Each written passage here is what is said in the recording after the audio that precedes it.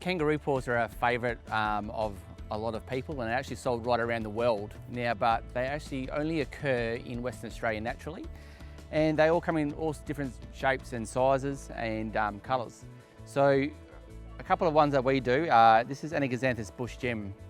This is bush pearl, so this is one of the lowest ones, really hardy variety, the pearl is, it's pink, and it only grows 30 centimetres, really small. The next level up, we've got sort of 1 metre high occurring varieties. This is like Anaxanthus amber velvet, gold velvet, generally flower in winter and spring. And you've also got the traditional Anaxanthus flavidus, which is straight species, and they flower in summer, and they've got flower stems up to about 2 metres. So there are a couple of important maintenance tips when looking after a kangaroo paw. When the flowers are actually finished, we need to remove them at the base for best results. So when removing the old flower stems of the kangaroo paw, which is this round one here, you want to get as low down into the leaf next to the base as you can and just snip it off.